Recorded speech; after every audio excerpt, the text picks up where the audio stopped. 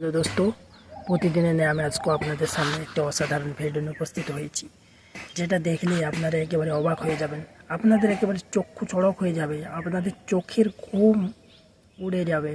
ভাইরে ভাই, কালকের খেলাটা আপনারা হাইলাইট দেখবেন, আপনারা বুঝতে পারবেন না যে এটা খেলা চলছে নাকি অন্য কিছু।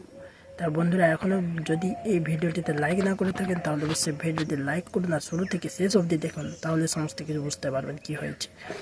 আরে ভাই, এটা যদি বাংলাদেশের সাথে হতো না তাহলে তো আমাদের মানে আর কি যে করতাম আমরা খুঁজেও পেতাম না।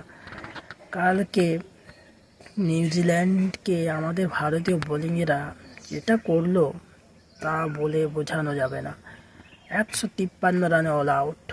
জসপ্রীত বুমরা 3টা উইকেট নিল, হার্দিক পান্ডিয়া 2টো, রবি বিষ্ণয় 2টো।